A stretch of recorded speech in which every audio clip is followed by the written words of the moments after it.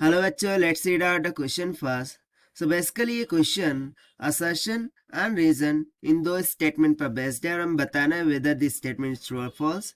So start करते हैं statement assertion से, जिसमें स्टेटमेंट फर्स्ट बोल रखा है in everyday life the Doppler's effect is observed readily for sound waves than light waves.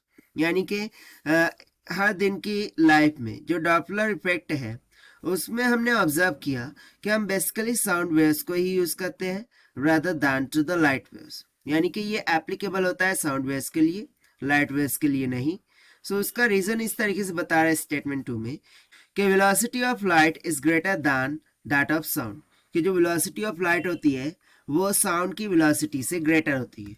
तो चलिए हम देख लेते हैं इसको सोल्यूशन से. But before of its let's talk about the key concept which we are going to use here for this question.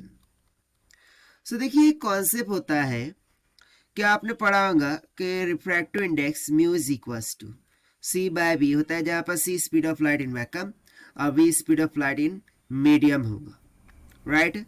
सो इस एक कॉन्सेप्ट का हम यहाँ पर यूज कर सकते हैं. और rather than this I can say that कि लेट्स सपोज कि जो साउंड वेव्स है, राइट, लेट्स से कि साउंड वेव्स है उसकी वेवलेंथ हम यहाँ पर मान लेते हैं लैम्डा एस के बराबर. और जो लाइट वेव्स होती है, लाइट वेव्स, उसकी वेवलेंथ हम मान लेते हैं लैम्डा एल के बराबर. सो हमें एक रिलेशन पता होता है कि जो लैम्डा एस है this will be much much greater than to lambda L. So बस इसी कॉन्सेप्ट का हम यहाँ पर यूज करेंगे. तो जैसे कि हमने यहाँ पर देखा कि wavelength of sound waves is very very greater than to wavelength of light waves. So इस वेवलेंथ के ग्रेटर होने के कारण से जो डॉपलर इफेक्ट है वो मोर वैलिड हो जाता है. किसके लिए?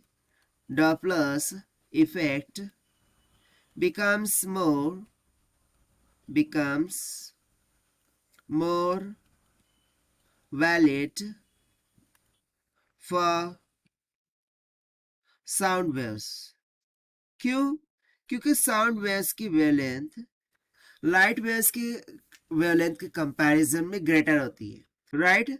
सो वेवलेंथ ग्रेटर होंगी. सो ग्रेटर वेवलेंथ के लिए जो डॉपलर इफेक्ट होता है वो बेसिकली बहुत ही वैलिड होता है एंड मोर अप्रोप्रिएट होता है.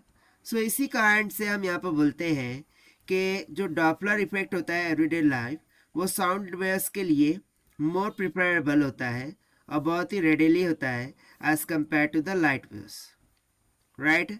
सो ये स्टेटमेंट जो असर्शन की दे रखी थी सो वो तो ट्रू हो गई.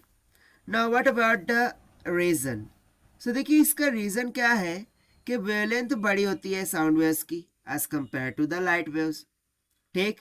बट यहाँ पर जो रीजन दे रहा है कि velocity of light is greater than that of sound. So देखिए स्टेटमेंट तो ट्रू है, स्टेटमेंट तो ट्रू है, क्योंकि देखिए जो वेलोसिटी ऑफ लाइट होती है वो हमें पता है कितनी होती है 3 × 10⁸ मीटर पर सेकंड. जबकि मैं वेलोसिटी ऑफ साउंड देखूँ सो वो नियर अबाउट 333 या फिर 337 मीटर पर सेकंड के बराबर थी. So you can clearly see that VL is much much much greater than the velocity of sound. So ये स्टेटमेंट तो ट्रू हो रही है, बट स्टेटमेंट 2 जो कि रीजन है is not the correct explanation for the assertion, and that is why यहाँ पर हम क्या बोलेंगे कि both assertion and reason are true, but reason is not correct explanation for assertion. That means option B will become correct. और ये हमने solve किया by using the concept of sound waves wavelength is greater than to the wavelength of light waves. So this is the required solution. I hope you understood well. Best of luck. Thank you.